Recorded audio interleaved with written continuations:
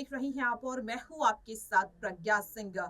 साल 2024 में होने वाले लोकसभा चुनाव बहुत ज्यादा महत्वपूर्ण माने जा रहे हैं। बीते 18 जुलाई को जिस तरह से एनडीए और इंडिया की बड़ी बैठकें हुई, इन्हें लेकर के कई तरह के कयास लगाए जा रहे हैं। आपको बता दें कि जहां एनडीए में 38 दल शामिल होते हुए नजर आए, तो वहीं इंडिया में यहां पर अगर बात करें जिस तरीके से 26 दल शामिल होते हुए नजर आए। सवाल लगातार ये उठ रहा है कि अब तक एनडीए वर्सेस यूपीए जो चल रहा था, अब ये एनडीए वर्सेस इंडिया हो चुका है। जी हाँ, कल की हुई बड़ी बैठक में विपक्ष ने महागठबंधन के नाम को बदलने का फैसला लिया। आपको बता दें कि लंबे समय से इस बात पर चर्चा हो रही थी कि यूपीए का नाम बदलना चाहिए और आखिरकार कल की बैठक में यूपीए को बदलकर इंडिया कर दिया गया। सवाल लगातार ये उठ रहा है कि साल 2024 के चुनाव में वक्त तो बहुत कम बचा है, लेकिन यहाँ पर अभी भी कहा जा रहा है कि कई बड़े उलटफेर देखे जा सकते हैं। यानी कि जो पिछली बैठक में एनडीए और इंडिया में शामिल होते हुए नजर आए, हो सकता है कि अगली बैठक में ये दल शायद अदला बदली कर सकते हैं। निगाहें यहाँ पर हर किसी की टिकी हुई है उत्तर प्रदेश के दो ऐसे बड़े नेताओं पर जो एनडीए और इंडिया दोनों में से किसी भी दल में शामिल होते हुए नहीं दिखाई दिए। बात यहाँ पर हो रही है बीएसपी और आजाद समाज पार्टी की। जी हाँ, उत्तर प्रदेश की राजनीति में इस वक्त इन दोनों ही पार्टियों के बीच तगड़ा घमासान देखने को मिल रहा है। आज की इस खास रिपोर्ट में हम आपको बताने वाले हैं भीम आर्मी के चीफ चंद्रशेखर आजाद का आखिरकार क्या मास्टर प्लान है साल 2024 में होने वाले लोकसभा चुनाव को लेकर। क्या वो अब कांग्रेस का दामन थाम कर उत्तर प्रदेश की राजनीति में हलचल मचाने का प्लान बना रही है, जिसे लेकर के वो साफ तौर पर ऐलान करते हुए भी दिखाई दे रहे हैं। बता दें कि चंद्रशेखर आजाद अब दिल्ली कूच करने वाले हैं। 21 जुलाई को जो होने वाला उनका दिल्ली का दौरा बहुत अहम माना जा रहा है और इसी को लेकर चंद्रशेखर आजाद ने एक ऐसा बड़ा ऐलान कर दिया है जो सीधे सीधे मिशन 2024 से जुड़ता हुआ दिखाई दे रहा है। क्या है वो ऐलान, सुनिए जरा। इस कड़ी में मेरी आपसे अपील है कि आप देश में जहां भी रहते हैं, आप जानते हैं मेरा भरसक प्रयास रहता है कि मैं अपने लोगों के आय के साधनों को भी समझता हूँ, आर्थिक स्थिति को भी समझता हूँ, किसी तरह का दबाव उन पर नहीं देता। लेकिन क्योंकि ये आज ऐसी स्थिति है कि आपको जवाब देना पड़ेगा। हम गोली का जवाब जो है, हिंसा का जवाब भी जो है अपनी शक्ति से देंगे। लोकतंत्र है, सरों की कीमत होती है। जो लोग संदेश, जो अन्याय अत्याचार होते हैं वो भी समाज के नाम संदेश होता है। अन्याय अत्याचार के बाद वो जो उसको विभत्स किया जाता है, हीनियस किया जाता है, वो भी एक संदेश होता है कि अगर आवाज उठाओगे। बाबू जगदेव प्रसाद कुशवाहा को लगी थी गोली बीच मैदान में आंदोलन के समय में, ये एक संदेश था कि लोग डर जाएं, लेकिन लोग डरे नहीं, लोग चलते रहे। और जो लोग ईमानदार से काम करते हैं उनका साथ कुदरत भी देती है। इतनी माओ बहनों का आशीर्वाद है, मैं स्वस्थ हूँ और कुछ दिनों में फिर इसी ताकत से आपके बीच खड़ा हो जाऊंगा। और मैं फिर कह रहा हूँ, क्योंकि मैंने डरना नहीं सीखा, तो मैं हर तरह के हमले का सामना करने के लिए तैयार हूं। लेकिन मेरा ये मानना है, जैसा मैंने कहा कि मैं आपके ऊपर कोई दबाव नहीं देता हूं, लेकिन इस बार मैं आपसे अपील कर रहा हूं, जिस तरह से आपने भोपाल में मेरे सम्मान की रक्षा की, जिस तरह से आपने भरतपुर में मेरे सम्मान की रक्षा की, जिस तरह से 21 मई 2017 को आपने दिल्ली में मेरे सम्मान की और इस आंदोलन की रक्षा की, अन्याय खिलाफ लड़ने वाली आवाज की रक्षा की। मुझे पता है मौसम खराब हो सकता है, मुझे पता है कि ट्रेनें रद्द की जा सकती हैं, मुझे पता है कि और तमाम तरह की मुसीबतें खड़ी की जा सकती हैं, लेकिन मुझे ये भी पता है कि बाबा साहब अम्बेडकर, फूले, साहू, पेरियार माने और काशीराम साहब को प्यार करने वाले लोग, उनका रास्ता कोई आंधी तूफान नहीं रोक सकती। मैं आपसे अपील करूंगा, चाहे लाख मुसीबतें आए, 21 जुलाई 2017 को मैं आपका 2023 को मैं आपका इंतजार करूंगा जंतर मंतर।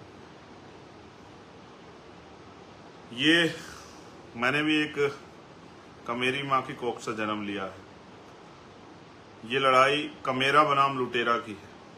एक तरफ वो लोग हैं जो कमजोरों के अधिकार छीन के, जिनको 75 साल बाद भी आज़ादी के हम इंसान नहीं नजर आते, जिनको तकलीफ नहीं होती अन्य अत्याचार जुल्म जाति करते हुए, माँ बहनों के सम्मान के साथ खिलवाड़ करते हुए, हमें जाति के आधार पर नीचा दिखाते हुए, धर्म के आधार पर नीचा दिखाते हुए, इस देश का जो 85% समाज है, जो दलित है, आदिवासी है, पिछड़ा है, अल्पसंख्यक है, वो सब कमेरा समाज है जो अपनी मेहनत के दम पे जिंदा है। और वो कमेरा समाज इस लुटेरे समाज के आगे बेबस है। लेकिन मैं समझता हूं महापुरुषों ने इतना जो है संघर्ष किया है कि अब ये बेबसी खत्म होनी चाहिए।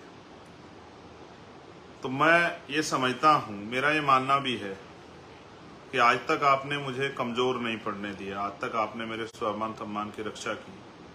मेरी आवाज बहुत दूर तक जाएगी क्योंकि मैं जानता हूं इस पेज पे तो 12-13 देशों के लोग जुड़े हुए हैं, लेकिन स्पेशली जहां तक मुझे आवाज पहुंचानी है अपनी माओ, बहनों, बच्चियों, नौजवान साथियों, भाइयों, बुजुर्गों तक, जिनका खून में जिन्होंने मुझे सींचा है, वो मेरे साथी जो मुझसे मिलने आना चाहते थे लेकिन मेरे घर से आने के बाद मुझसे मिल नहीं पाए, जो मुझसे प्यार करते हैं, जिन्होंने 7 दिन, जो रात को 3-3 बजे तक मुझसे मिलने आ रहे थे, जिन्होंने हमेशा मेरा हौसला बढ़ाया, मैं उस अपने पूरे बहुजन समाज से अपील करूंगा कि वो आए 21 तारीख को। आप जानते हैं किस तरह सरकार झूठे कानून बना के किसानों के साथ, अल्पसंख्यकों के साथ किस तरह का अन्याय कर रही है। आपने महिला पहलवानों वाला मामला देखा, जब हम उसको लड़ रहे थे तो बहुत लोग हमारे मजाक बना रहे थे, ये भी महिला पहलवानों के ऊपर भी आरोप लगा रहे थे, उनके भी चरित्र हनन कर रहे थे। आज चार्जशीट लिखी तो सबके मुंह बंद हो गए हैं, और जो बड़ी बड़ी बातें कर रहे थे उन पर भी जवाब नहीं बन पा रहा। मैंने हमेशा अन्याय के खिलाफ लड़ाई लड़ी है, कोई अन्याय हो, किसी के साथ भी अन्याय हो, मेरा ये मानना है कि उन माओं के आशीर्वाद से आज मैं सुरक्षित हूँ। लेकिन मेरा ये भी मानना है कि वो सब लोग मुझे आशीर्वाद देने, और इस आंदोलन में, क्योंकि लोकतंत्र है, अपने आखिरी कार्यकर्ता की सुरक्षा भी हमें करनी। जैसा मैंने आपको कहा, मेरे आज भी याद है जो 21 मई 2017 का आंदोलन था, आप लोगों ने इतनी ताकत दिखाई थी कि सरकार की जड़ें हिल गई। लोकतंत्र है ये, इतनी बड़ी 85% बहुजन समाज की आबादी को इग्नोर नहीं किया जा सकता। वो मेरा इनकाउंटर करना चाहते थे, उनकी हैसियत नहीं पड़ी मुझे छूने की, बे कहने की। अब वो मेरे खून से होली खेलना चाहते हैं, मैं उनका पहला शिकार हो सकता हूँ, आखिरी नहीं। हमारी लीडरशिप बहुत है, वो उनको भी नुकसान पहुंचा सकते हैं। उनको जवाब देने के लिए पूरे देश में जो हमारे पहरेदार रहते हैं इस आंदोलन के, जो मुझसे प्यार करते हैं, कभी शायद ऐसा अवसर नहीं आया कि मैंने आपसे कहा, लेकिन आज मैं आपसे कह रहा हूं कि आप सब आना, आप अपनी रोटी लेके आना मेरे भाइयों, पक्का राशन, कच्चा राशन लेके आना कि आप 2 दिन को संभाल पाओ, अनुशासन में आना, अपनी शक्ति के प्रदर्शन के लिए आना, इस आंदोलन में मील का पत्थर ठोकने के लिए आना, और उनको ये एहसास कराने के लिए आना कि हमारा भाई अकेला नहीं है और उसके खून से होली नहीं खेलने देंगे वहाँ। देखो, मैं उस दिन भी चाहता तो बहुत बड़े डिसीजन ले सकता था, लेकिन मेरे कंधों पर जिम्मेदारी। हमेशा बहुत सारे लोगों ने भीम आर्मी को कह के इग्नोर किया है कि ये नौजवान लोग हैं, अनकैडराइज लोग हैं, और इनकी वजह से मुकदमे होते हैं, ये बेमतलब की बात करते हैं। मैं सच मानता हूँ, एक आधे साथी को छोड़ के, वो भी गुस्से में उन्होंने कह दिया होगा, लेकिन जिस तरह का परिचय इस बार आपने दिया, आपने मुझे गर्व करने के लिए मजबूर कर दिया। मुझे, मेरा दिल जो है जीत लिया आपने, कि आपने पूरे देश में ज्ञापन दिया, लेकिन किसी भी तरह की कोई हिंसा और कोई गुस्से की खबर नहीं आई। इससे स्पष्ट होता है कि आज हमारा संगठन कितना कैडराइज है। पूरे देश में लाखों लोगों ने ज्ञापन दिए, हमारे बहुजन समाज के सभी लोगों ने, मुस्लिम भाइयों ने, गुजर भाइयों ने, जाट भाइयों ने, सिख भाइयों ने, सब लोगों ने ज्ञापन दिए। स्पेशली जिस समाज में मैं पिछड़े दलित समाज में पैदा हुआ, पाल, प्रजापति, कश्यप, निशा, सैन, जैन, बुद्धिस्ट, ईसाई, सब समाज के लोगों ने, दलित समाज के लोगों ने भी ज्ञापन दिए, सब जगह पे ज्ञापन दिए, और ये कहा कि नहीं, हम अपने भाई के साथ हुए अन्याय के लिए जो है मांगे करते हैं। देखो, आपने देखा,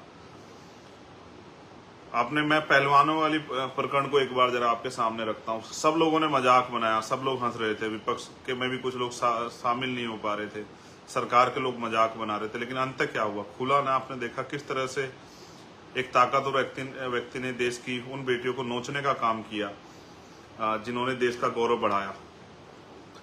और अब भी इस घटना में जब इसकी सीबीआई जांच होगी, आप देखना बहुत सारे सफेद पोस्ट खुलेंगे। विपक्ष पक्ष के बहुत सारे लोग ऐसे होंगे जो चाहते हैं कि चंद्रशेखर कल का सूर्य ना देखे। सच है, मैं कल का सूर्य नहीं देख पाऊंगा, लेकिन वो तब होगा जिस दिन मेरा समाज मेरा साथ नहीं देगा।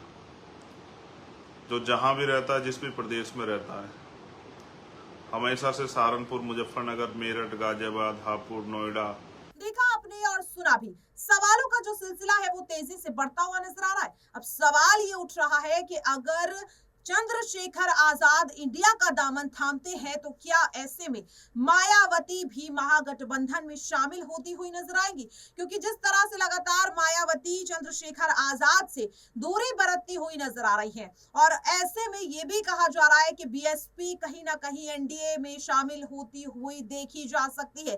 क्योंकि आपको बता दें कि पिछली बैठक में मायावती शामिल नहीं हुई थी, और साल 2024 को लेकर के अभी मायावती का आखिरकार क्या रुख रहेगा, इसे लेकर के उन्होंने तस्वीर को साफ नहीं किया है। सवाल लगातार ये उठ रहा है कि क्या मायावती अब इंडिया में शामिल होती हुई दिखाई देंगी या फिर वो एनडीए का दामन थाम लेंगी। आपकी इस पूरे रिपोर्ट को लेकर क्या कुछ राय है, कमेंट बॉक्स में जरूर शेयर करें, और बाकी ऐसी खबरों के लिए देखते रहिए नेक्स्ट 9 न्यूज।